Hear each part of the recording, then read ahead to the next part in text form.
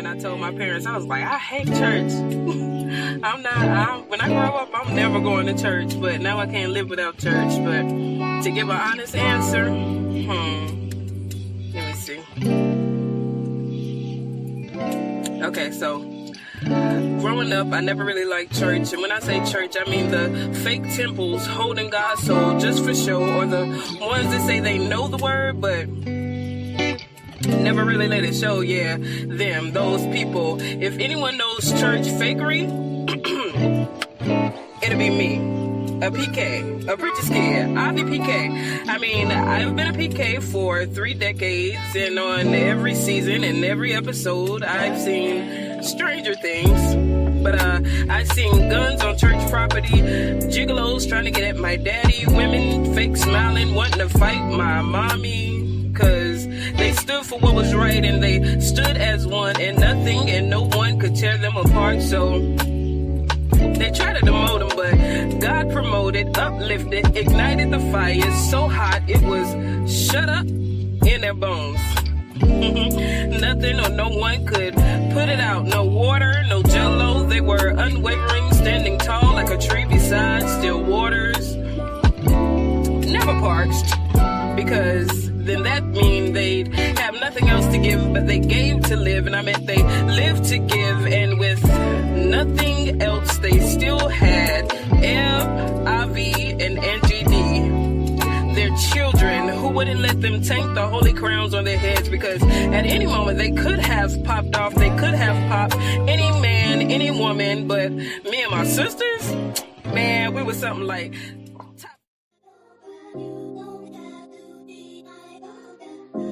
Listen up, guys. We are live here with the Uncommon Report podcast, episode 26. This is the Food for Thought Poets edition. Chime in, listen in, share the live, like the live, share it to a friend. Drop the comments. We're just going to tune out and listen to some music.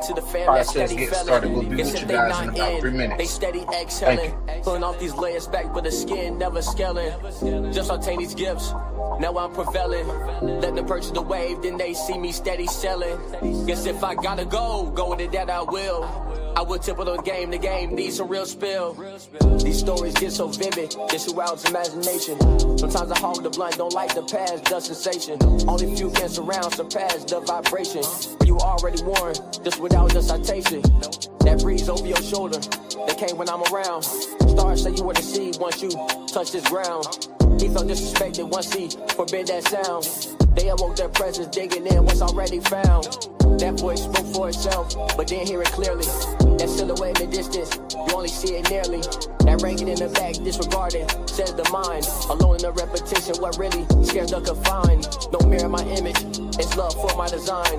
With a mix of these talents, what you think that combines? After mixing, he's the one, the 3 tablespoons of 9. They see how he's exquisite etiquette of the divine. That could be the storyteller, just not know what the story telling. Make a mistake to correct to the fam that steady felling. Guess if they not in, they steady exhaling. Pulling off these layers back, but the skin never scaling. Just obtain these gifts, now I'm prevailing. Let them purchase the wave, then they see me steady selling. Guess if I gotta go with it that I will.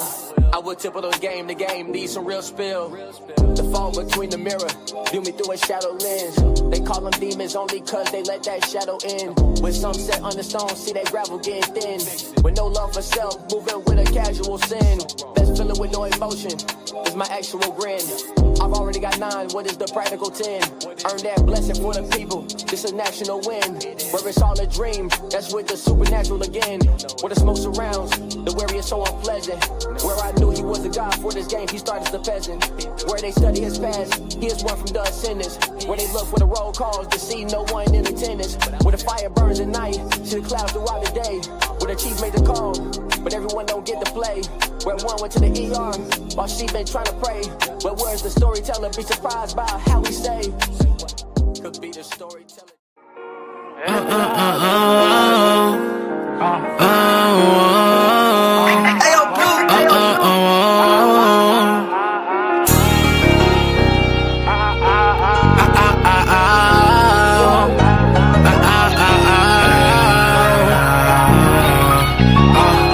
I promise this ain't easy, I've been grinding for some years. I was climbing in the dark, I had to face all of my fears. Learning how to be a man, cause ain't nobody keep it real. Always knew that I was special, but I had to switch the gears. One of a kind, but all I had to do was grind. See my mother die, you would think I lose my mind. God told me he had other plans and I was gonna shine. Turn my pain into some diamonds, but he had to change my mind. In the middle of the trenches, heartbroken, feeling lonely. They told me they was with me, but they never really showed me. Friends turned into enemies, but I ain't need no homies. God had to separate the elevate, and this is what he told me. Through the hurt, through the pain, in the middle of the rain, I'ma grind while I die, leave it all on the table. Some strikes, they'll know my name. Cross the seas, we boarding planes. All I had to do was trust him, and he told me that he's able. And he told me that he's able. And he told me that he's able. And he told me that he's able.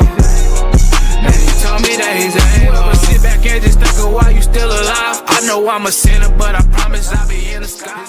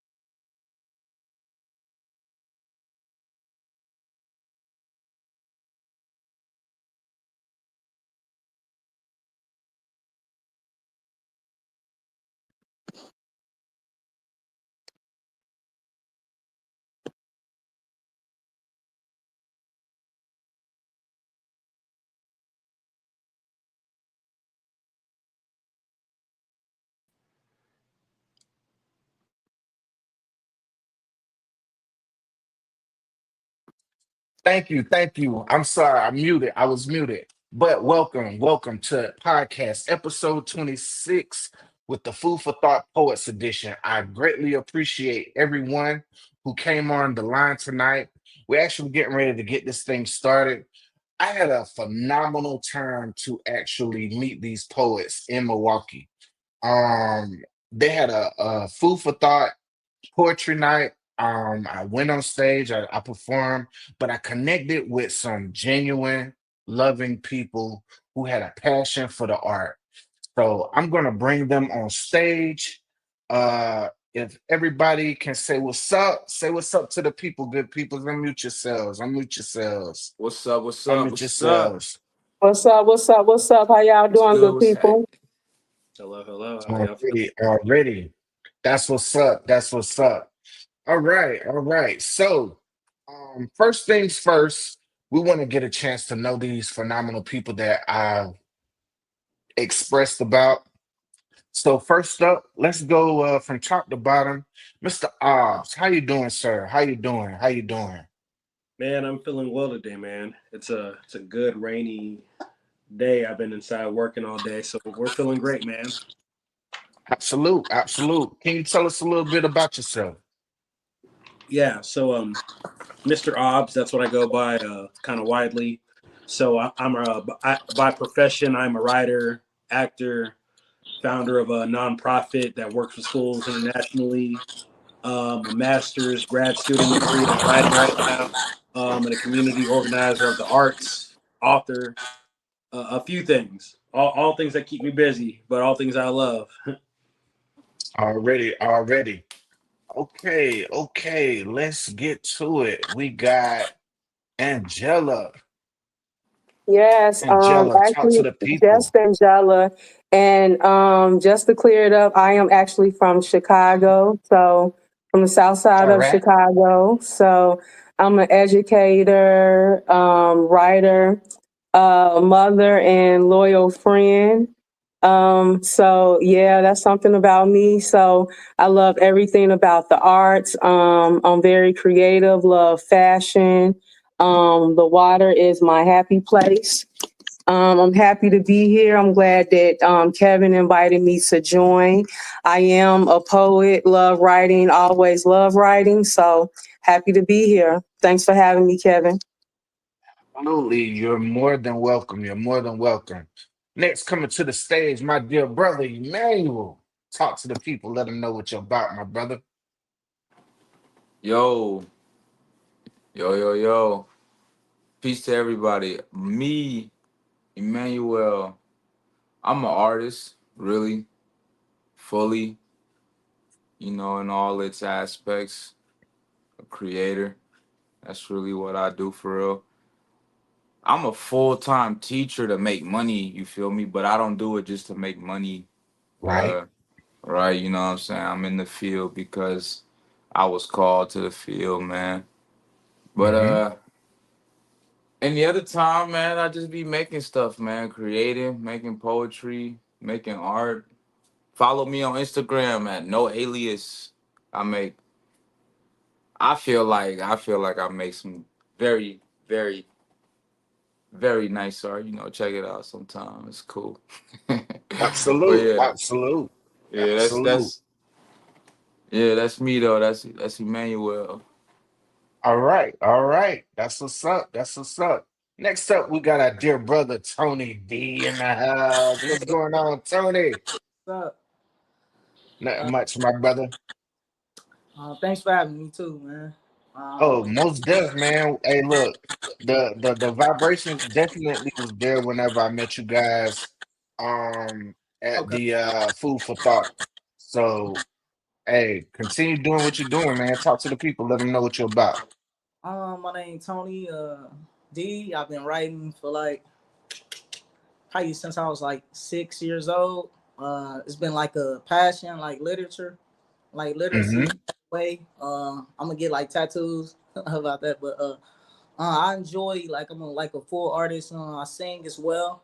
I might display my artistic at Food for Thought with that side as well. But I enjoy poetry. It's been a passion. Thank you. Absolute, absolute, absolute. Hey, listen, guys, you've heard it here first. You've heard it here first, right here from the mouthpieces themselves. So, I got a few questions for you guys. I think we'll go in reverse this time. So Tony, maybe you'll be able to answer this Okay. first. How did you get started? How did you get started, my brother? As far as poetry, Poetry. How did you get started with the poetry? I mean, it comes with like emotion in the field with like emotions. So I would just say like based on me learning how to write. That's why literacy matters. So just me basically learning how to write and just expressing myself because sometimes I never really had like the platform to like express myself because I used to be like a shy kid when I was Right. growing up. So that was like my creative side to like out to be like more outgoing, to just write it down and then just display it to others. So yeah. So that's your therapy. That's your Yeah. therapy. Absolute, absolute. So tell me, like, who is some of your favorite people that you may listen to, whether it's in the music realm or even the poets is concerned. Um as far as like what like I'm like an R&B type person. Okay. I listen to a little rap like Drake, but I'm more of like Trey Songz, Chris Brown era type. Right, right, right. Any poets that you like listening to? Um, I would say like the poets at Food for Thought, um, right now, and I also have Mr. All's book. I've been getting into that too a little bit. So, and I Absolute. actually be on like the Instagram and listen to like the Poetry Speaks um on Instagram. Right. I think I follow them as well. It's like Okay. Voices Poetry, I think. Voices Poetry. Okay. All right. All right. That's what's up. That's what's up. Next up, we got Brother Emmanuel. Talk to the people, man. Let them know how you got started and what intrigued you.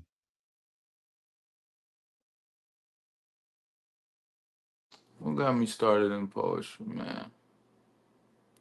Feel like I was writing in high school. Hmm. I started writing in high school through Man, honestly, now that I think about it, I didn't write any poetry in high school, but I started writing poetry in college. I had a friend who was a rapper. Uh he rapped a lot, and we would freestyle. And You remember his name? yeah, his name was Scotty, or he went by GQ. Scotty used to rap, man. He was tough as hell. He was tough as a motherfucker. Big But shots we out used to Scotty for sending yeah, the shout out, inspiration man. for real. Shout out, man. But I also had this friend. Also, his name was Lionel. Like I always had writing capability skills. Hmm. I always could write for real. I was writing stories in high school. I did write like poems for you know what I'm saying, school assignments, but I ain't get into poetry for real until I had like genuine friends who also were into writing and who also were into poetry, like, and genuinely too, and not just like doing it for the flex or like, Right. you know what I'm saying. So Yes, sir. I got to writing. We wrote to tracks, and then I got to writing a cappella, and then eventually I started using poetry as just a form of escapism to get, or at least to pour some of my most painful emotional dealings into something in that creative form. Because with poetry too, it's like you can it's like immediate, it's like an immediate release, like an immediate channeling of experiences, and it's powerful. So it's- I really started writing a lot when I started teaching too, because I was going through a lot of shit, and so I picked up writing even more. But I definitely got into it because around like 2019, yeah, 2019 is when I really started writing heavy and freestyling with my boys, and yeah, yeah. Okay. All right. All right. Well, that's what's up, man. That's what's up. Uh, as I continue to listen to the conversation, it seems like we got a lot of teachers. It seems as if though we have a lot of people who are utilizing the poetry for therapy as well. Mhm. So I want to commend you guys for one taking the courage to actually write your pain down. You know what I'm saying? I had someone tell me one time, they said, most people may run to the gram, they might run to Facebook, they might run to Twitter and put all their business out there, but for the poets, they put their pain in the pad. You know what I'm saying? So the pad ain't gonna reshare your stuff unless you get on stage and reshare it. You know what I'm saying? So I think that's awesome. I commend you guys for taking that step and that leap of faith to actually go forward and feel your pains out, even your joyous times too, because as you know, the poetry realm is flustered with so many different levels of the spectrum. I'm gonna move on to the next individual.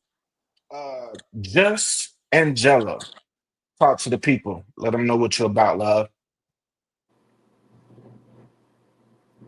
Yeah, so actually, I got into writing and my love for poetry.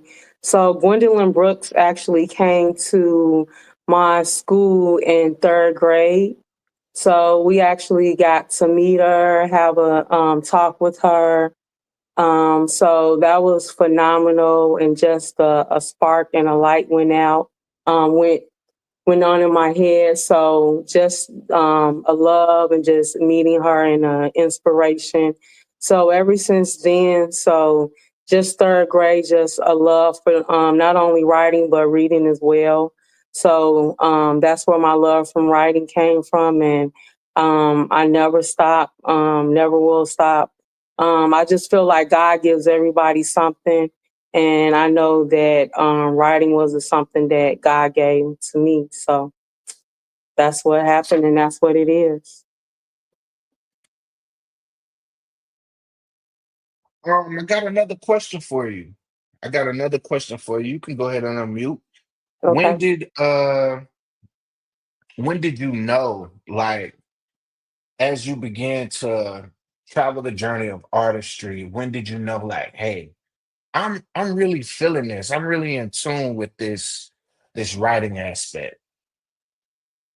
When it's all that you can think about, it's all that you do. Like I have several like journals, like just constantly like texting messages to myself. It's like everything that's like on my brain. Like sometimes I might have to stop and like write something down. Hmm. So Hmm. when it's something that you can't stop doing, it's everything that's on your mind, something that you do all the time. When you just have like literally spirals and spirals and books of like just writing, you rent like short stories. That's when you know that that's a calling on your life. Right, So, right, right. That's beautiful. That is so beautiful. All right, all right. Moving on to the next. We got Mr. Oz in the house. What's going on, my brother? Man, not much, man. Yeah. So as I kind of think about it, I have two answers to that because like there was a point in which I first kind of got into writing. That was when I was 11.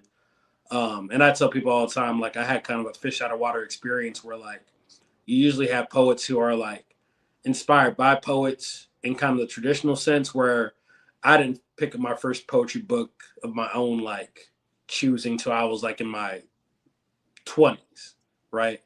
But Wow. um, but the poets that did inspire me were rappers like Nas's "Made You Look." I can give you every bar for bar what that song is. Ludacris, Missy Elliott, Busta. But also, there's the dichotomy of the black man. So there's also Gucci and Hmm. Boosie, Lil Boosie too at the end of that. But regardless, like just their I think Boosie was a great storyteller, me personally. oh yeah, absolutely. No, he really For was really sure. really good storyteller, really good Right. storyteller. But and that's what drew me about those creatives. Like at 11, I didn't think because like my my growing up in hip hop was very like it didn't start to junior high because I grew up.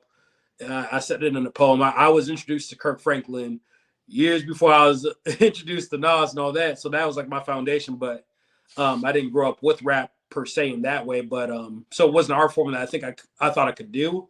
But I knew that I wanted to write stories, So I wrote stories about like my day to day as a junior high kid with friends and Right. sports and whatnot, to things I saw in the classrooms, just really innocent, 11th grade stuff. And then, that writing followed me all the way through high school. And then my Hmm. first major in college was creative writing before I got my degree in educational studies to become a teacher. Like that was my first degree because I just knew I wanted to write stories. But that's kind of like where I kind of found the passion. But with what I do now as like as a creative within poetry who does that as a profession, um, that kind of came to be when I was 23.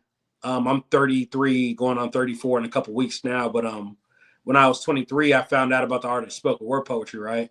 Hmm. And for me, because I was already writing poetry, I'm like, okay, I think I could do this because it's just poetry read out.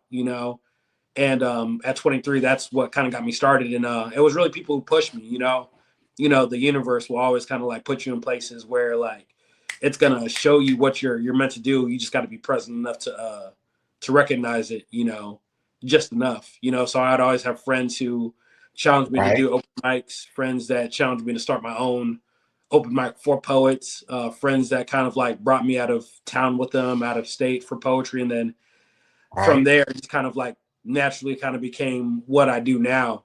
So it's definitely owed to my friends, the Chris Brittons who are one of the original poetry teachers I met when I was in Rock Island. Well, I live in Rock Island, Illinois now, so I shouldn't say I have, but when I first found it, he was my introduction to that. Chris Britton, the other teachers that I had, like, yeah, they really kind of helped me kind of find this art and find my being in it. Okay. All right. So how important is it to have that supportive group to actually nurture some of your vision, some of your aspirations, some of the things that you want to go towards? How important is that? And did you always have that growing up? I think just yeah, I was thinking about that as I heard people answering it. I think from like a writing perspective, I always had it because when you kind of think about it, like I grew up in Rock Island, Illinois, like where I currently live now. It's not a big Okay. art scene here. The art scene that we have is the art scene Ah, that we've been building the last 10 years, but it wasn't there when I was in junior high. So when you're involved in this art of poetry, which in junior high it ain't the coolest thing in junior high, and then when you get to high school, people kind of stigmatize it as like something like soft or whatever. But for Geek me, I Squad. just yeah, for me, I've always had this mindset that I just don't care what people's perceptions are, and I'm gonna do what I want to do. So I've always had that audacious part of me. But Right. regardless, though, I think having people support you, though, it makes the journey a lot less burdensome than it would be if you didn't have them. Having people who really like believe in your vision, tell you that this can happen, and are willing to kind of come by you within service. I'm grateful for that. Because even though I could operate out of that, do everything and be self sufficient. You shouldn't always have to do that if you can make the choice of depending on people. That's right. That's we, true indeed. we That's don't true need to burn indeed. ourselves out just to prove ourselves. So I've been grateful for it. They've been a big help, and really kind of shaping my vision as a leader within kind of the creative community that we've been curating and all that. So I'm definitely grateful for the people around me for that. Okay. All right. Just Angela, talk about the people behind the scenes who help encourage you. What was that like? Well, definitely teachers in school, boards to encourage me, family, friends, being involved. I would definitely say like in a church, like, being leaders like Sunday school, being in like plays, things like that, getting behind me. So stuff like that. So I would say that. So that was my encouragement. And then definitely myself, like I'm definitely my own cheerleader, my own fan. So if I don't believe in myself, then who else will? So that's the Right. honest answer. Yeah. Okay. Brother Emmanuel, talk you actually the one that actually broke the tip of the iceberg when it comes to the question, how important is it to have that support group to back you on things that may be outside of the norm?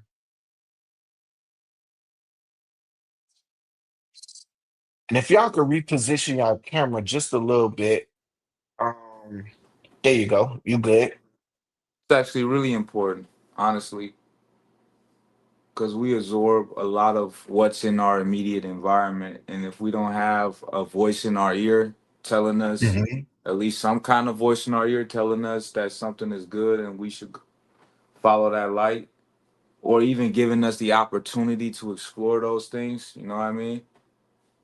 Like, for example, like all of the greatest basketball players, they always start super young. They always go to AAU. You got to have access and money to be in those type of programs, those early athletic programs. Not to say like somebody who don't have access can't make it, but if you have exposure to certain things, you're much more likely to pursue them. So it's like, thank God for all those English teachers that taught poetry or taught English in general or taught people how to write, or thank God, or you know thank God for some of those people that were so that executed the art form so like perfectly. Not or even in their flawed ways, just the courage to you know to use their gift and project who they are, just inspiring. It's good to have that voice. It's crucial. Absolutely. Absolutely it is. Absolutely. Tony D, you last up on the stage. Talk to Yeah. the people and let them know how important it is to have a support group to push your passion and your endeavors in order to achieve certain successions that you want, certain successes that you want? I mean, it's a great vibe to have, like people surrounding you, like and it's a way to know like if people like care about your like empathy, because that's what poetry is kind of is, like empathy in a way. And that's why my mother, she shows up every time I go to poetry night. She shows up because that's like my thing for her to tell me that she cared about me. So I feel like a supportive cast is like everything, because that shows that you're doing good at what you do in a sense. And I would like to reword my answer about like the how I actually got into it kind of. I would Okay, say go it's ahead. more into it as in like I was like a person who like loved and wanted to be loved. So my favorite Mm, holiday was like Valentine's Day, and I got right, into like poetry because I was like, what can make a woman loves me? You know what I'm saying? So it's like right, right. poetry. It was like roses are red. You know, that's like the starter kit. Violets are blue. Yeah, yeah. So when I got into like the seventh grade, we did like Hmm. drama and Okay, Shakespeare, okay. and then like our teacher challenged us to create poems. Now when he seen what I was like writing, and he was like, "Man, you good at this. You should keep going at it." And then I got to learn like new words, strong words. It was just more Hmm. creativity in the vibe sense, and I would say that was got me to stick to it. Well, look, since you're the last on the stage, I'm gonna kick Okay. it off with you since you already here, man. Um, let's dive off into a round of poetry, and everybody compare yourself. Share the live, like the live, do the thing, because this is the part that you don't want to miss. This is what their passions have driven them to, being creatives in their own lane, their own space. So, Mr. Tony D, talk to the people. Give them this first round. Give them that first round. Talk to the people, man. As far as like, do you want me Poetry. to say a poetry? Yes, yes, please do. Oh, okay. Let me hit a book right quick.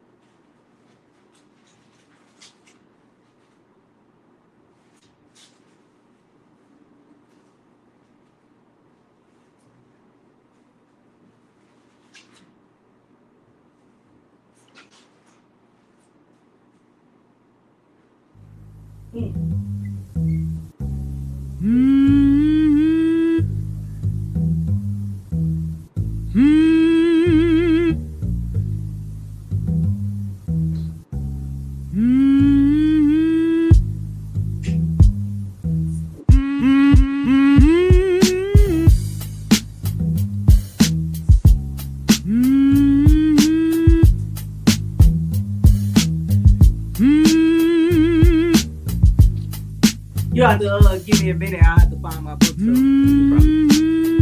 All right. Well, look, this is what we'll do. If someone else is ready, give me the thumbs up say what? already. We're just gonna move on to the next person real quick while you Okay. find your book, Okay. and we'll get to it.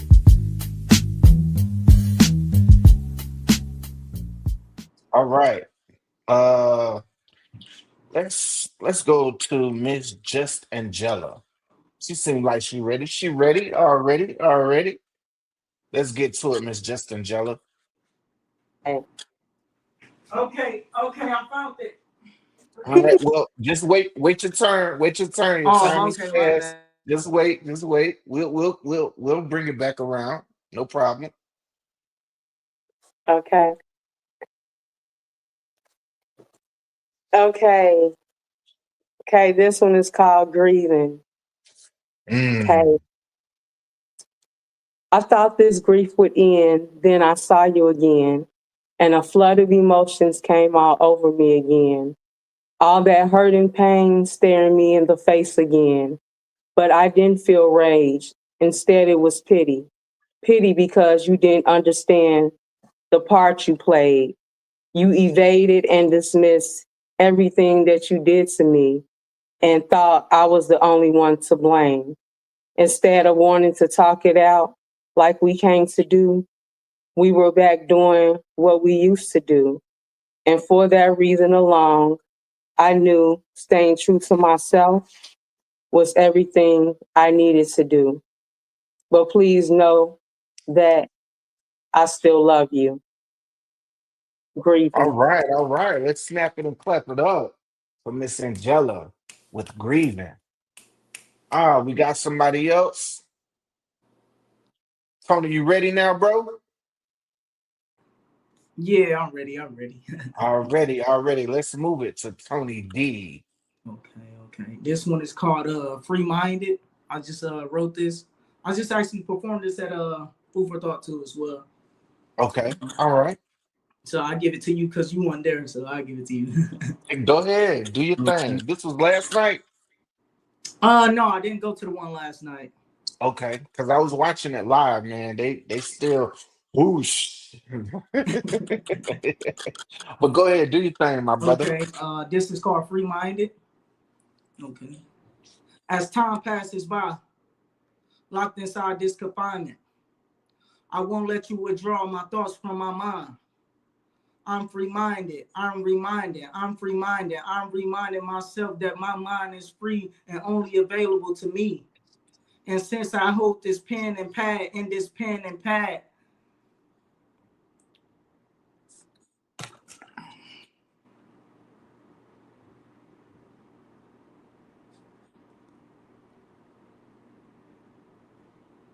I'll be just fine. Lying down in this cold cell, these cold cells,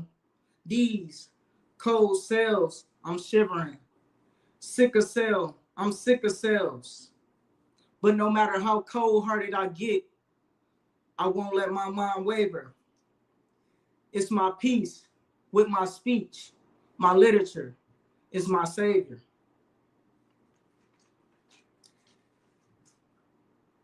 I'm reminded that no matter how much control they hold over my self-will, I will still be free-minded.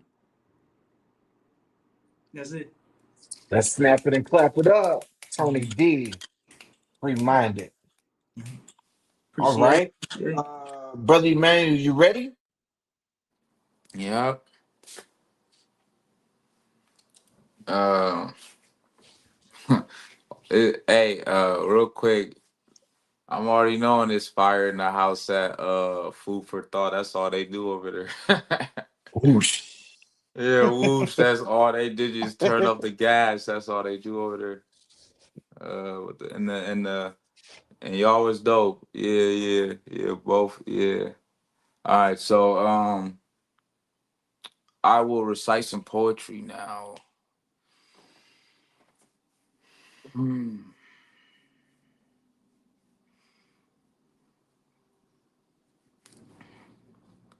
I crawled through trench mud, short of breath. I got dirt in my eyes as eye to eye with the insects who look at I me. like that.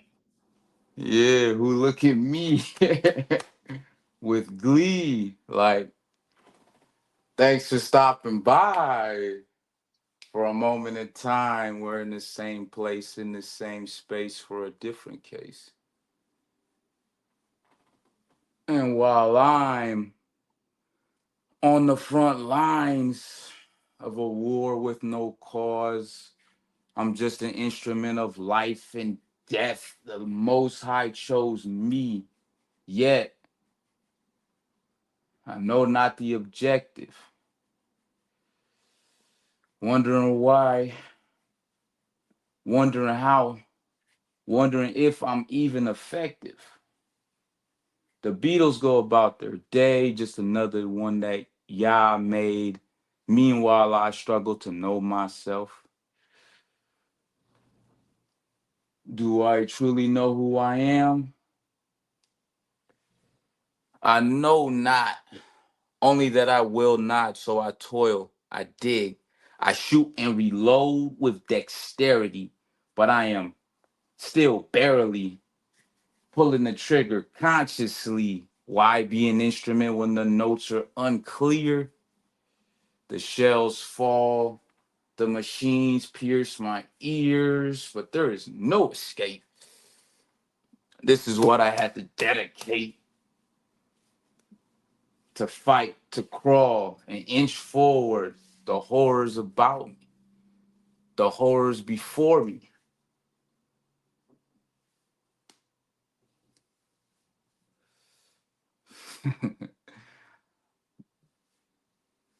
Demons confront me. They tell me, turn back now and you'll be free. But I know that my soul will be thy feast. So I look not back, only forward. So you see, on bloody knees, I crawl through a cramped world because eventually I will stand and I will be the light that lets others see. So you see, I am free. So let us be. Thank you for listening. Let's snap it up. Let's clap it up. Mr. Obbs, what you got in the repertoire? Talk to the Yeah, people. I'll spit some new stuff. I've been working on some new writings and stuff, so we'll preview those here. Already. Absolute. Absolute.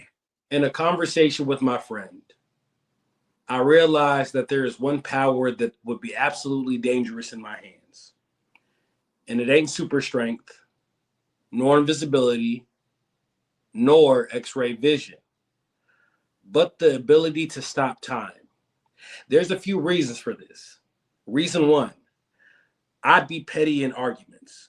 Make my point, pause the other person, and always get last word. Reason two, I would treat it as an Irish goodbye when stuck in conversations that drag on till lights turn on, bars shut down, and social batteries been tapped. Reason three, if this power to press pause button on planet was placed into my palms, chances are I would forget to let time go. You see, I am a graduate from the University of ADHD, double majored in distraction and procrastination. Every time I'd remember to give time back her sand borrowed from Hourglass, I would find myself stuck in a deja vu where she slips between my fingers, only to fall back into my palms to be used all over again. I, admittedly, have a habit of treating time terribly, abusing her hours, filling every minute with to-dos that seem to never get done, telling her that I ain't text her back because I've been busy. And when I say busy, I mean buried under saying yes just for the sake of avoiding no. She is a healer, though I call her crippling, a hurdle setting me back in a race only existing in my head that we so often call a marathon for some reason, though that hustle never has a finish line. In track, I was trained to outrun time, break records that pushes limits of body that always left me collapsing at end of course. I'm a city so often divided against myself on the edge of falling to burnout, trying to hold myself up long enough to build a foundation that won't function correctly if I'm not taking care of myself to take care of it. So many of us, if we admit it, are terrible with time.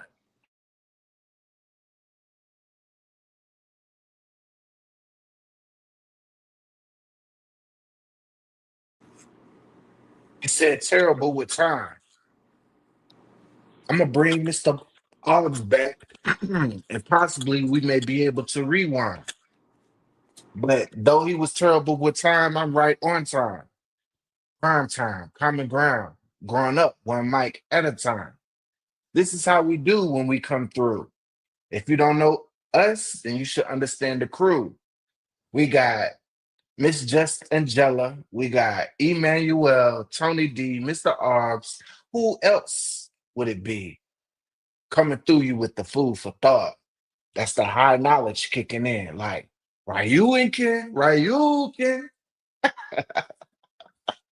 I pull back and then I spit these words again. My friends, They all planted on this stage. And for days of age, we must always be amazed at the glory that God gives to prioritize Him with this pen and pad. He's our dad. Blessings. Preach. Absolute, absolute. Anybody, hey, we could get to it. You know what I'm saying? We can really get to it. Anybody got a hot topic that they just want to point out? If you want to unmute yourself, if you want to unmute yourself and get to a Hey, hot topic real quick, I hey, have it's all one. good. Unless we got another round, you know what I'm saying? It can go down. you said Okay, I hot have a topic, man. I topic. got one. Okay, all right. Justin Jello, you say you got a topic. Talk to the people. Okay, my topic is how has your upbringing affected your relationship? And Mm, when I say relationships, I mean romantic relationships. okay. Anybody care to answer? Um, as far as like upbringing, as in poetry. No, not poetry. Nah. We own poetry, but we ain't own poetry. You know what I mean? Okay, okay. No, Um, just general romantic relationships with a partner, whoever your partner may be. And how did our upbringing bring that into fruition? That's what you asking? No, Or how has your upbringing affected your romantic relationships with the partner? Like how you were mm, raised. So okay, how has okay. that affected your romantic relationships with the partner? How you were raised? Because most of the time we how we were raised, they affect how we enter in relationships with the romantic partner. However, we saw how our, parents, mother or father or whoever raised us, how they interacted with, their significant other. It's kind of how we mock how we interact with our partners or significant others. So, how has that impacted or affected your romantic relationships? I would say, as far as like, I always grew up in like a two household. So I can't say I've never been like a neglected child in a way. So, I always grew up generally like, as far as love based. So, that kind of, in that sense, it comes platonic to me. Like it's just everything just comes together. I'm like an old fashioned lover though. Like so I'm not used to all this new situationships thing. But yeah, everything is like I'm like a chivalry type person. So I'm I seen what I wanted. So I would say that. Mm, that's awesome. You're going to have to That's explain awesome. that because that was As far very vague. Okay, if okay. I say like I seen what I wanted, I would say like it wasn't like neglection in a way, in a sense. Like I ain't see like too many like parents fighting, like you know what I'm saying? I've seen that in like my relatives, but as far as like two-parent household, I always had that. I mean my dad, he went to jail in a sense, but uh and my mom, she just got a husband. And then I always had like a two-parent household where everything was like pretty like good. I can't say I had a bad upbringing. So as far as how that relates affected my relationship, it's what I wanted to see, like food at the table, taking care of your kids, in a sense, just being around. Absolute. Absolute. Okay. I'm gonna dive in on that question. Um, I realized that if we can say parallel, right? Somewhat of the same, but yet different. Um, I knew that I was raised a little bit more free spirited than my wife is concerned. Um, but was my mom strict? In my eyes, yes, of course. So I had the opportunity to see a person be in a relationship, and this is just based on my side. Um, I, I had the opportunity to see somebody be in a relationship, and then that relationship ended. Didn't realize that that was ended. But then it transitioned into something else where my mom met someone else, and I seen the family dynamic become a big part of the relationship. This is me outside looking in. They taught me different things. So shouts out to Jinx. Shouts out to my dad too, because he taught me different things as well.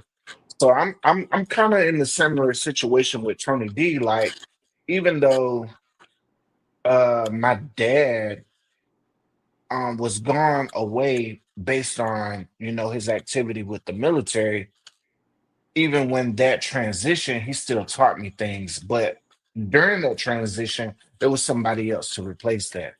So I got a chance to see an individual be loving to their family. You know what I'm saying? Love on their family, give them what they needed to actually survive and thrive off of. Because all of the kids have done exceptionally well, and that's on both sides, not only on my adopted side with my adopted father or my stepdad. All of the children across the board have done a great job. Even myself, I was raised in a great home, you know what I'm saying? So seeing the two different dynamics, both male figures, was very prominent in building family, building I think Mr. Oz needs to be added. Yep. Excuse me. Both male partners were both uh very family oriented. And me being who I am as just the only child, or portrayed as the only child, I had siblings on my adopted side, and I had siblings on my stepfather's side as well. So it navigated a path to show how you can love a person even through all of the turmoil, because that's what I saw. Like, even through all of the disruption of one side, and then it kind of like blended together, honestly.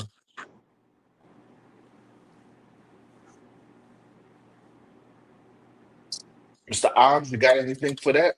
I think you kind of dived out on the question. The question, Angela, if you can just repronounce that question once again. How did your Upbringing. growing up affect your Your relationship yeah, romantically? yeah, your relationships romantically with the partner. Yeah, yeah, my bad. I don't even know when the video must have froze on my poem or something, but And look, it was perfect time, and I'll say it that. was okay. Perfect, perfect, perfect. Yeah. Yeah. So the question, I would say so. I like it's crazy because I've kind of been reflecting on how uh having an upbringing in a two-parent household like is not it's strange how it's not like a norm within kind of like said black communities. I never realized that till I was an adult and talked to friends who didn't have like two parents around. But I will say like having that around definitely like set me up better than those who had to kind of figure it out, Hmm. not having that dynamic. But one thing I always tell people that was interesting about my mom and dad's relationship was the way they practice and the way they practice showing that they loved each other more so. I'm not big on kind of giving the full details on family things, so I'll say it like that on a surface level to kind of honor that sanctity. But Right. one thing that I learned from them was that I had to unlearn was that like you can be in an intimate partnership and still kind of have a sense of being distant. Um, that's one thing that I grew up kind of like thinking was a thing in all relationships, like it was a norm, which isn't obviously, because being in kind of like a partnership in that level of intimacy, there has to be a proximity, not in the sense of like, you're not gonna, in my personal belief, I don't think you'll ever fully know the person that you're with in this time and space, but I think it's knowing enough about them, and being able to show yourself enough, your fears, your joys, and all these things. So, and that's what builds connection, So for me, learning that, learning how pivotal that is, like in relationships, how you can't have a cold distance to you when you're with somebody. That was a big learning curve, and kind of like how I approach relationships in my life in space and time. Okay. All right. I noticed once this question came about, there's a lot of ums, you know what I'm saying? So it's like you want to talk about certain things, but you still want to keep the relationship aspect sacred to a degree. That's what I realized because you're not trying to give too much of anyone's business per se, because they haven't signed the NDA or whatever the case may be, non-disclosure form, because we're talking on behalf of someone else and bringing it into our lives. So I think that's where the ums may come from. Uh, Anybody else? Emmanuel, you got something to say? I was debating in my head whether or not I should say something. I feel like me personally, uh I could see really almost a direct correlation as to how seeing mom parents and relationships kind of affected me. But I ain't ready to share all that, honestly. I'm not ready to Okay. walk down that lane again. Hey, look, hey, respect. That's respect, though. You know what I'm saying? You set your boundary and we must abide, my brother. Angela, what about you? Has it affected your romantic relationship any based on your upbringing? Yeah, it definitely has. So my parents are still married. So I guess I just went the opposite of that. Um, and when When you I say say opposite, what do you mean? Yeah, yeah, go ahead, dive. There you go.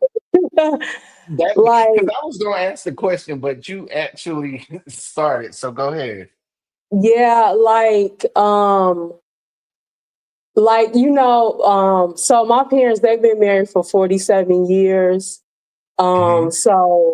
I'm divorced, so I don't have a problem sharing that. And like, if I look at their marriage, I'll probably be like, "Oh, to death do us part." Like, you just stick through anything, but like my values align somewhere else, kind of. Um, like if something's not right, just looking at like certain things. Basically, like if certain core values aren't met, if this person isn't in alignment for you, basically Hmm. not living by that core thing. Not saying that my parents don't have a good marriage. That's not what I'm saying. But not me living by this whole. They're Christians too, so not living by this whole, that whole Christian value. Basically, like no matter what, like you make it work. Like, other things have to be there and have to be in alignment. So I had to choose what was best for me at the time. So, Do I you think got faith? Do you I'm think faith plays a great big deal when it comes to marriage? Yes, I do. I really do. Okay. And I All feel right. like a lot of people like are in unhappy marriages, but they really hold on to those like faith core values, to say because they do believe, because it's faith based, you know what I'm saying? But they Mm-hmm. are unhappy. You get what I'm saying? Or they try to make it work, but it's really not work. They still steady bumping their heads, or they have a lot of things that are going wrong, like infidelity. Some things like domestic violence, financial abuse, all of these other things. But because it's so faith based, that they just keep bumping and just let like God, overtake it or whatever. But we're not here to even discuss all of that. But at the end of the day, like I had to hold on to my own core values and do what was best for me. So, I got divorced. So yeah, you kind of have to look and do what's best for you. But had I upheld probably the face base and probably looked at my parents, I probably would still be married, but I also would be miserable and then probably wouldn't pay attention to some of the other horrible things that were going on in my marriage. You know what I mean? I probably would have just prayed Right. it away, but the prayer wouldn't have made the things better. So Well, they say that's what prayer I had to changes say on things. that. I'm sorry. They say prayer changes things. Um, But you have to also have action behind those things, and then a person has to also do work to change those things. So right. if And that that has to doesn't be work happen, on then both it's not going to parties, not change. true indeed. True indeed. And I think that work needs to be done between both parties. If Yeah. one is not willing to work, Mhm. and I'll bring this out of spectrum, you know what I'm saying? If if one is not willing to do the work, and then you have one that is willing to do the work, we still have an unequal yoke. Mhm. Yeah. Maybe the one that is not willing to do the work has checked out, but then the one that's willing to do the work still has something that's like fighting for it. Because let's take the faith based method out of the equation, right? Yeah. Take it out. They Yep. just right. So they believe totally in the other individual as well. If we take Mhm. the faith based method out, right? Then Mhm. that means the other person actually believes this thing is true, where the other Mhm. person is thinking that this may not be true. Mhm. And that's a hard pill to swallow Mhm. because if there's kids involved, let's say there's children involved, because Mhm. most families, you know what I'm saying, not all families, but the majority of families have either one to two children, Mhm. whether it's a boy and a boy, girl and a girl, or a boy and a girl. So with that being said, they're taking in consideration, The how is children. this going to ride, how is Mhm. this going to affect the child, Mhm. you know what I'm saying? So Oh it's yeah, a like, lot of people stay together longer for the children, and then and they'll get divorced right after the kids are grown. And right. then that usually the kids know that the parents were miserable the whole time, and then kids grow up and talk about that and be like, "I know y'all didn't like each other when I was 9 years old." So Yeah, because that's they a whole become nother more discussion for another time. right. But yeah, yep. Hey, but look, So I think Mm. is Tony D still on board? And Maybe not. Maybe not. Okay. I, Anybody else? Anybody else got something to chime in to say on this topic? Well, to go. Hello, Yeah, you still here. y'all We can just hear me? can't see you, bro. We can hear you. We just can't see you, but it's Oh, all okay. good. Speak your Well, I was speech, gonna bro. say to go into more of that context. I would say I think people stay in relationships and marriages longer because of the past. I would say like memories. I would say that people are more involved in long-term relationships. That's why like marriages work because they think about more of the good memories than or they think about the person who they first started with and can it be that or better. Right. But that takes a mental aspect to have. That's that's nothing physical. That's something that is solely mental whenever you think about all of the good versus the bad, right? And Mm-hmm. most times it's probably the good outweighs the bad. But I think what Angela is saying that is what happens when, okay, the good outweighs the bad, but yet we're just not compatible.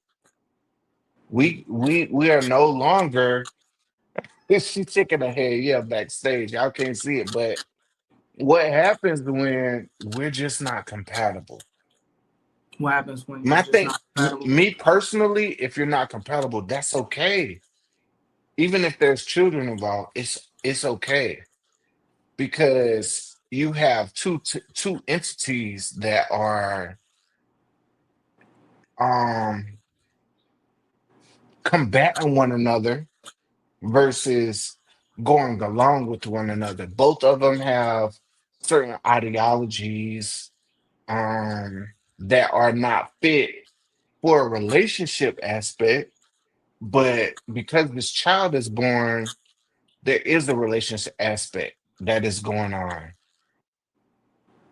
There is a relationship aspect going on because this child is in the very middle of it all. Mm-hmm. Absolutely. So let's dive off into the second round of poetry. Um Miss Angela, if you can come up on stage and give us the second piece. And you have two pieces that you can spit. So since you dropped off the last topic, the hot topic, you get two pieces that you can spit. Okay, not a problem. Okay, so let me lighten the mood here. Okay, so this is my second piece.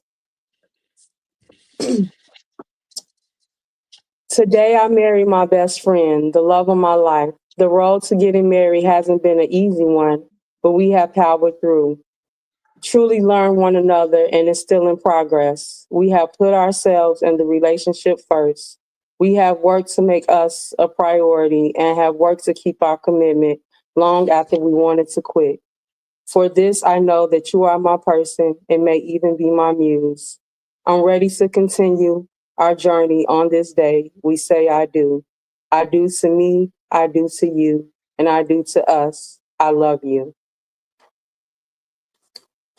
Okay, so that's to my future husband. So that's the first piece. She putting it out here in the universe. Yes, I am. Okay, and then this next piece is to my daughter.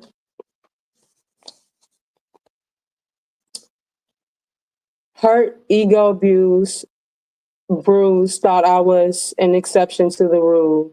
Something special because I was pretty and smart, always on your arm. The first one you called, first text in your phone. Whole time I had to get in line. A line because there were plenty of others. He was hustling and shuffling and strutting around when I wasn't around.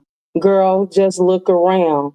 Got your nose and eyes to the ground when they should be above ground. Focused on you and you only because you ain't got time to be fooling around. Your parents ain't sent you here to be worried about Antoine, Jim, and what's his name. It don't even matter. Back to you. Remember what you came to do. That business plan, your career goals, and your 6-year plan, you created these goals for you. Don't get sidetracked. Cause what's his name?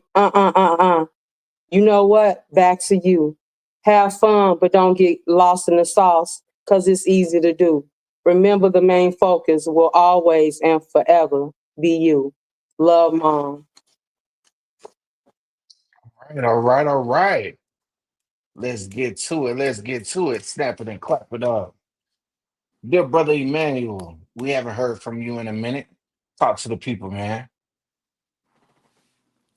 Um, both those last two poems was that they spoke to me. They spoke to me, and I got something that I can recite that I'm thinking of right now. Might speak to some of you out there. Okay. It seems like you're a Yearning. big freestyler, bro. I'm not freestyling though. It's these ones I got like coded in Locked in the in heart. my yeah, yeah, Ah, okay. All right, go ahead. yeah, for Yearning. sure. Yeah, yeah, yeah. Yeah, I got you back. Yeah, yeah, Yearning. yeah, yeah, yeah. Most def.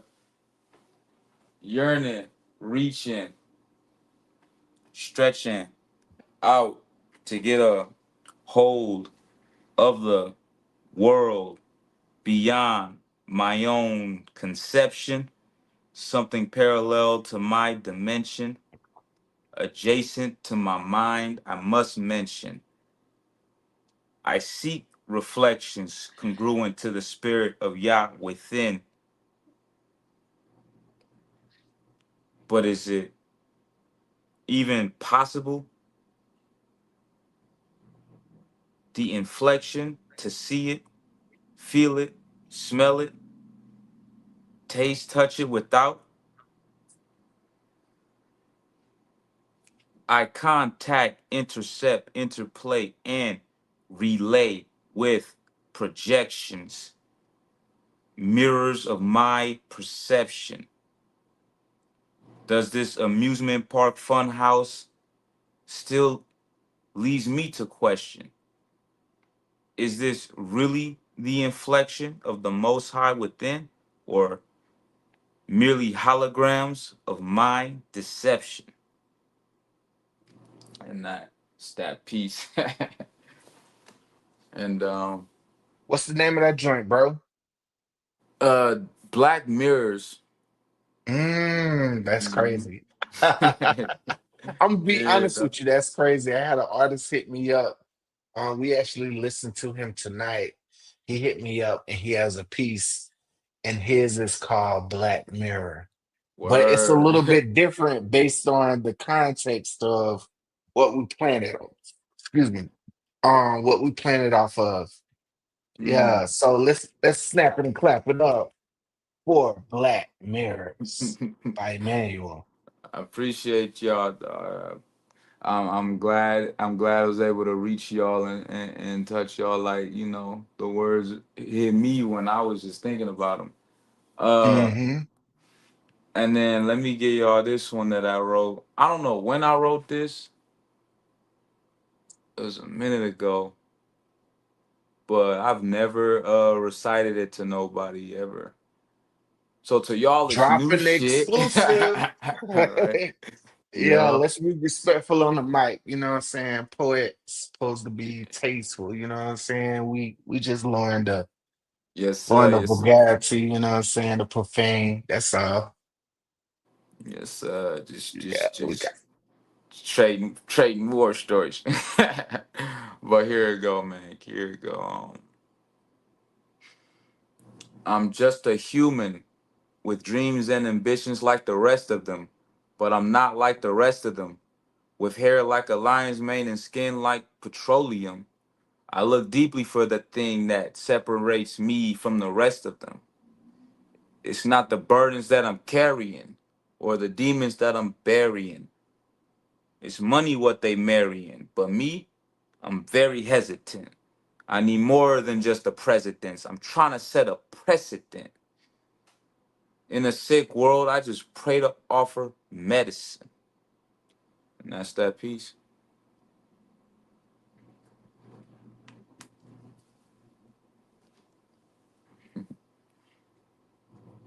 Let's snap it and clap it up for brother Emmanuel in the house. What's the name of that joint? That one's untitled, so right now. I might even Okay. write some more to it. Okay. All right. Hey, look, I think all of us as poets, we have some unfinished business. You know what I'm saying? I got a Yeah. few in the repertoire that I have not yet to finish. You know what I'm saying? So Mhm. hey, it is what it is, my brother. Yes, indeed. We're Who's gonna up get to next? it. Let's talk to Tony D. What's going on, my brother?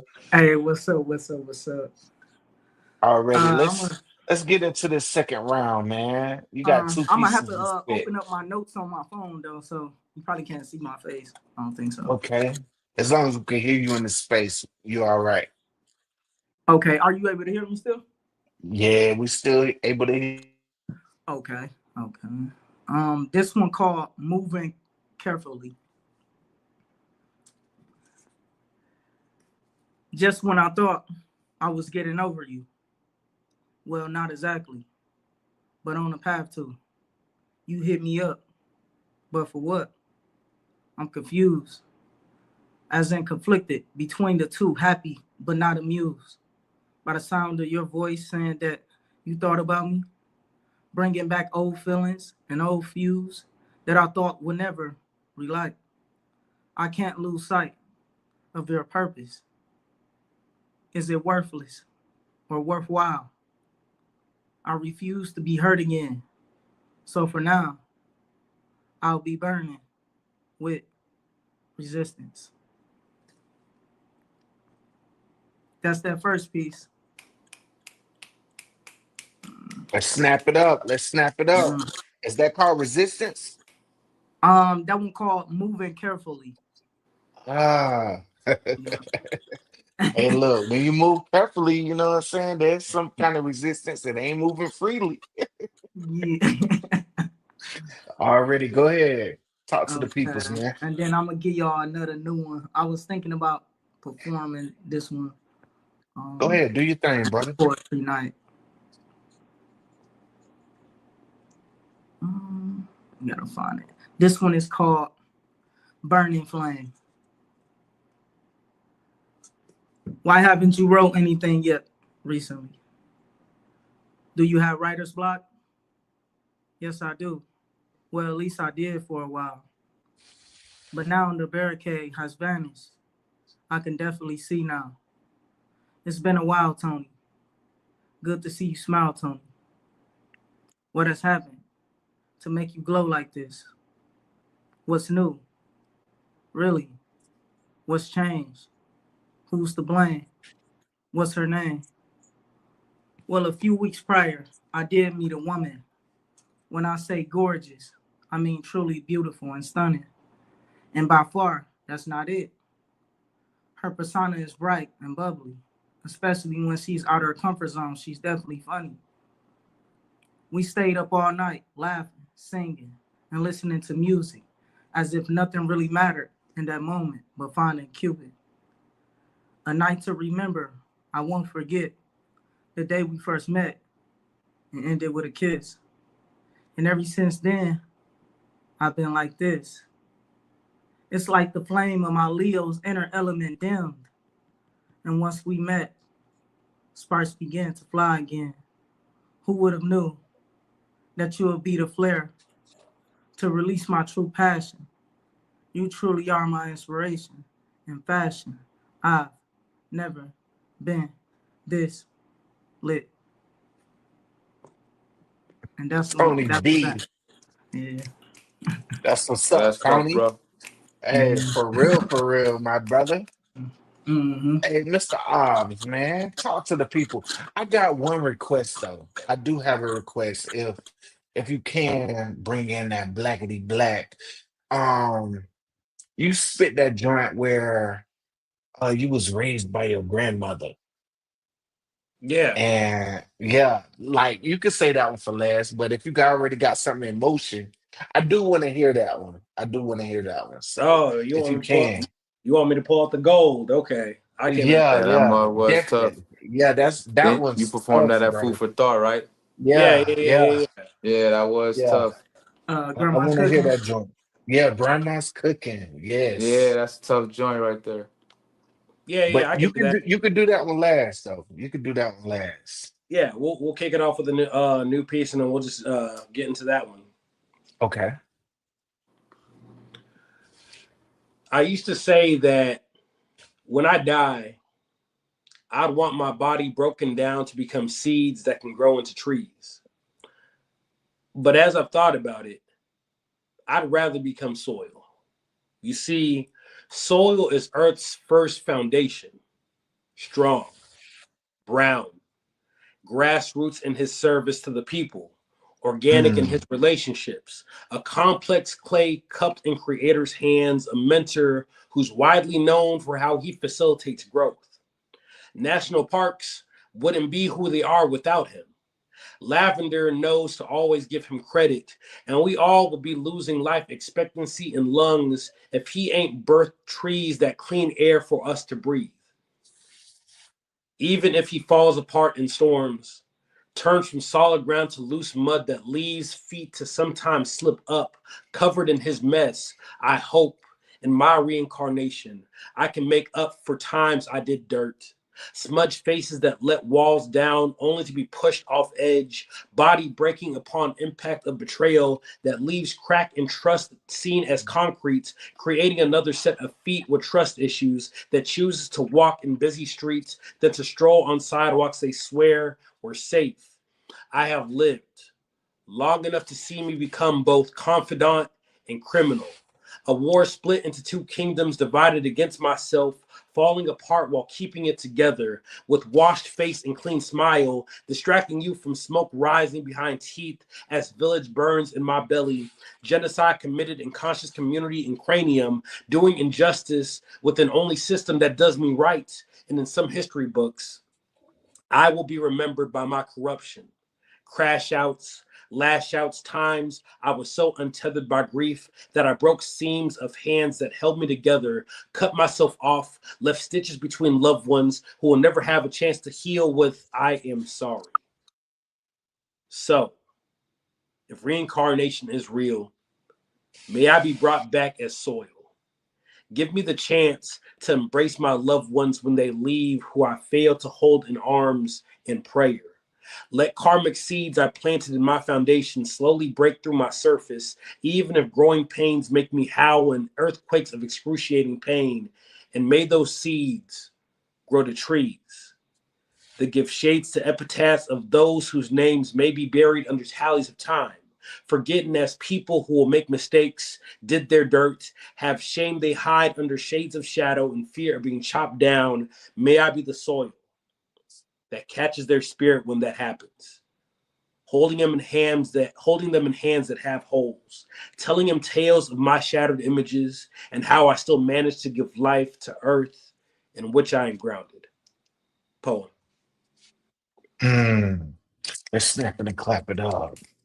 Mr. Obbs in the house. Yes, sir. Yeah, let me let's say okay, that other one now. When I go days without stopping by my parents' house, my mom will text me saying, "Come get some food at the house. I made some soup. You should come get some. You know, I made a really good chicken salad the other day." Knowing that I will never say no to her cooking because I understand that cooking is her love language. One that's been passed down from generations of grandmas, aunties, and ancestors of Mississippi, country kinfolk culinary artists who crafted dishes from table scraps, carrying bones of a segregated South, tossed at their feet in contempt, yet always found ways to add love to every plate. And that's why cornbread always tasted like a warm heaven. Collard greens and mac and cheese brought scent that carried comfort. chicken, seasoned, of course, carried and fried in cast iron skillets, brought families together the same way church gathers congregants. And yeah, if we're honest, it ain't the most healthiest with its high cholesterol content. And we know that food disparities in black homes cause stroke and high blood pressure. But I can't deny the holiness that a mother's cooking can bring. How it always brings black boys home. Always makes sure that we're fed, even on days that I starve myself. Waking up with eyes that feel as if they never rested. Stomach filled with aches and pains that sit at the dinner table of my mind, gossiping of shame written on walls of my spirit. So my spirit clings onto lies like leftovers that I keep preserved in cold chamber of chest, frigid hearted and hungry for a helping hand, though keeping my mouth shut as I swallow suffering in silence. And I know that closed mouths don't get fed, but some days opening up is exhausting. It feels like carrying heavy loads of dirty dishes, stained with fears of my future, anger of past that pile up in the sink of my psyche, filled with anxieties that I tell myself ain't overflooding, because to be black man in this country is to carry heavy grime on your plate and act like it'll weigh you down. And my mother, she knows this. And this is why she reminds me to come home, where I can hear the prayers of Grandma Pew as plates are handed out. When the world makes me an invisible man, the yams remind me who I am, when the world tells me what I am not. As I come to dinner table like altar, laying down my head heavy of all my burdens, knowing that whatever happened to me out there, while I'm here, I am healed and loved. So when my mom texts me saying, come get some food at the house, I made some soup, come get some, I will never say no to her cooking, because I understand that cooking is her love language for a spirit that's been hungering longer than it should. Boom.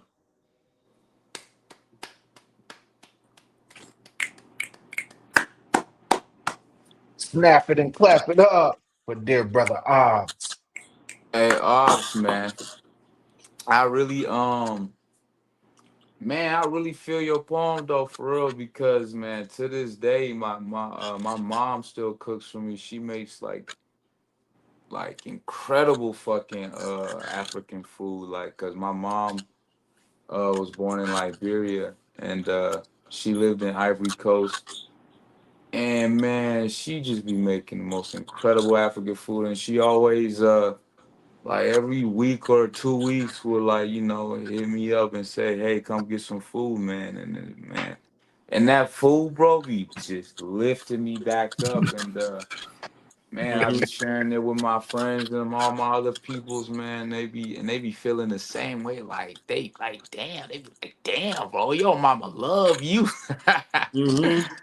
That's Dog, because yeah. she put that love in the food. You feel me? Yeah. Fact, bro. The love, bro. Bro, Right. it really nourishes you. It brings you back, for real. Man, Yeah. that's why I'd I even really say feel your it's the poem. ancestry behind the food, because like all the foods that Facts, we make are all connected in this ancestry that is facts, like the black experience, you know. So like it's all, facts. you know, it all carries story and lineage to it. You know, that's the whole process of, like, you know, Right.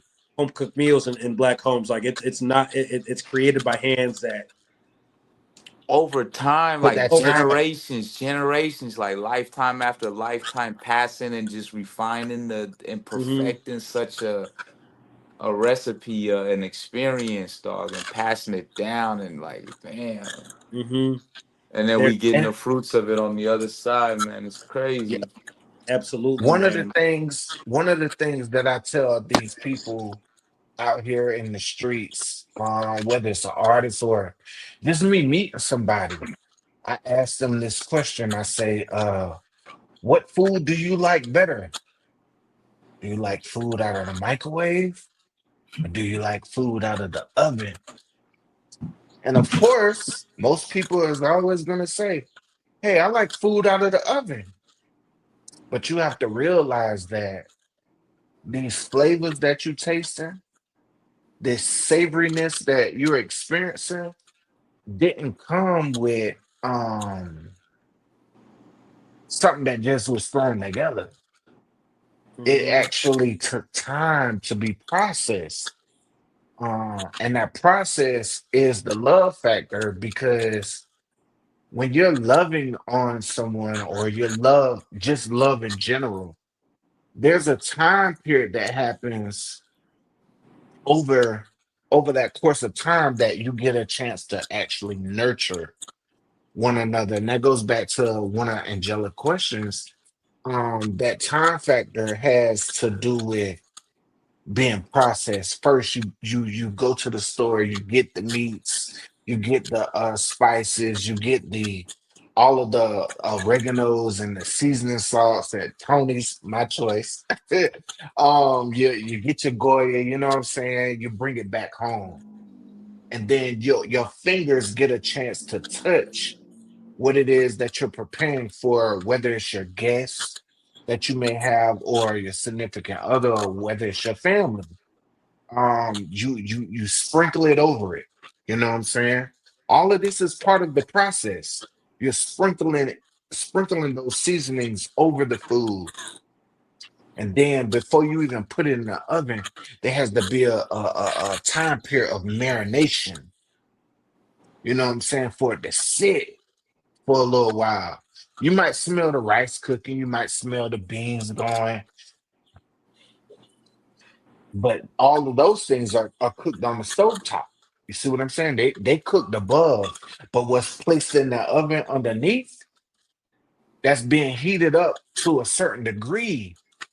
You know what I'm saying? Those things is what filtrate the whole atmosphere in the room. Like, man, you cooking a pot roast or spaghetti or you know what I'm saying? Based on the Yeah, smell lasagna. alone, you can, yeah, lasagna, whatever the case may be, you can be able to smell what it is that this person is cooking. Um, But some even when people it comes, they got like the passion for it. So right, yeah. right, right, right. You They're gotta very have look yeah. when you cooking. If you don't have a passion for cooking, you shouldn't be behind a plate. Um, No, real. honestly, Real. because culinary arts is very spiritual for us. I just watched this doc. I ain't even about to go into all of that. I'm not. Why But not? What's that documentary? What you see? well, the thing is like it came from African Americans being slaves until the lady who was cooking for the whole household, she was able to free certain people based on the food that she cooked. You know what I'm saying? Interesting. So yeah, very interesting. You know what I'm saying? Somebody had to be kind of like unalived in the sense so that these other people can go on their course. Hold on, somebody's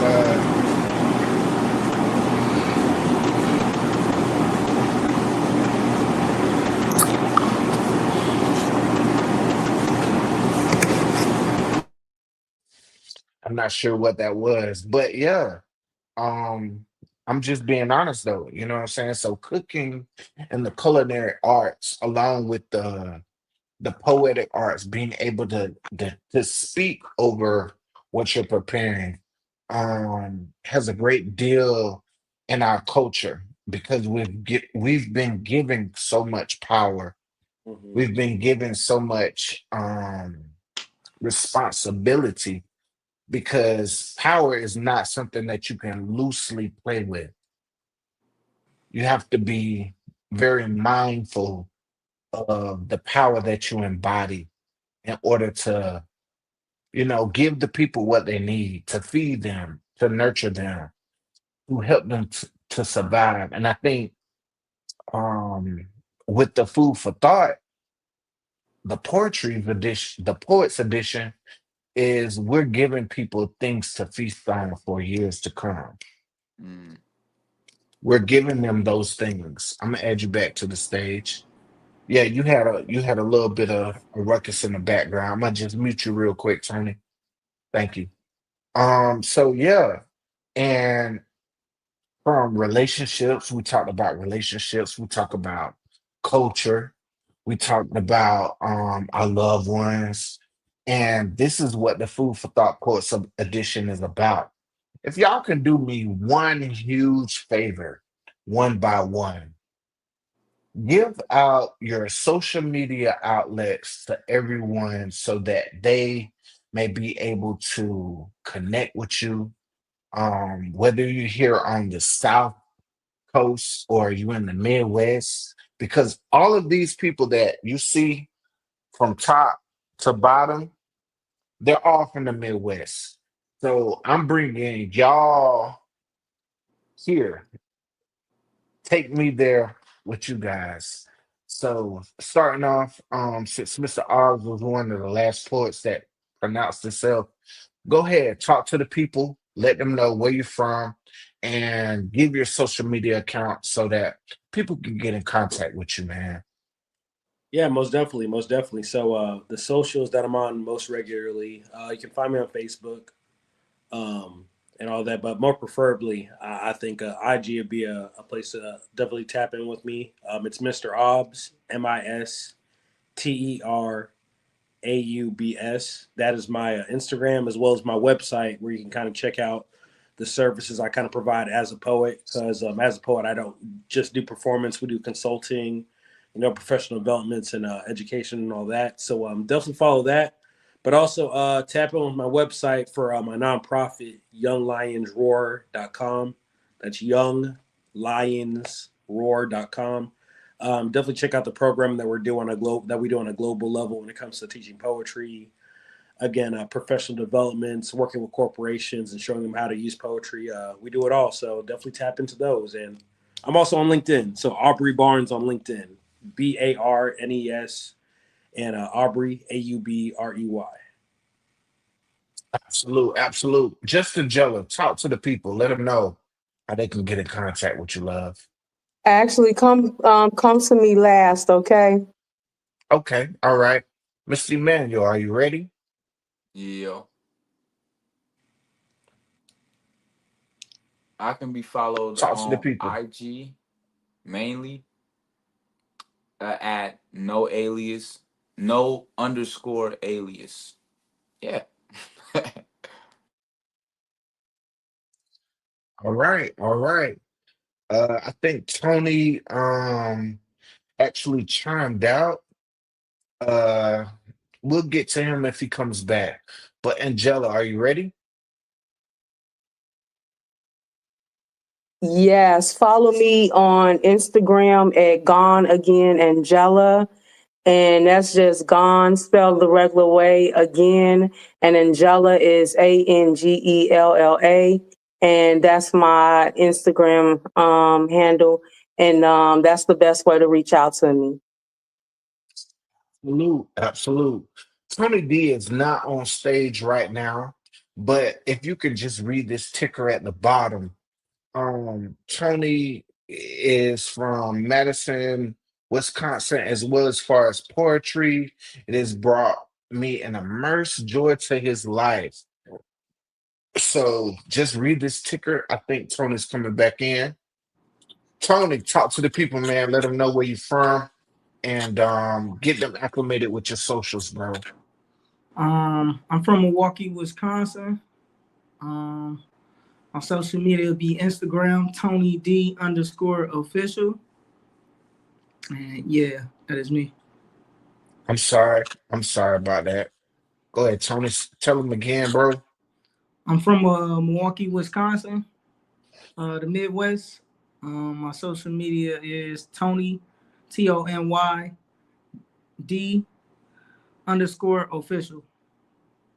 Already, already, already. You guys have heard it here first, live on the Uncommon Report podcast, episode 26. This is the Food for Thought Poets Edition. We greatly appreciate each and every audience member that has participated tonight. We thank Mr. Aubrey Barnes. We thank Mr. Tony D, my brother, Emmanuel, and Miss Just Angela. Stay tuned because we got some things that we're brewing up. Never know, we might have a live showcasing near you. This has been the Uncommon Report podcast with Common Ground, where we're growing up one mic at a time. Thank you guys. I appreciate you, and we out. All right. Peace. Shout out Midwest, Milwaukee. Already. Shout out Hey, 440. you feel me? Already. Much love, guys. Much love. Much Peace. love, Chi-Town all day.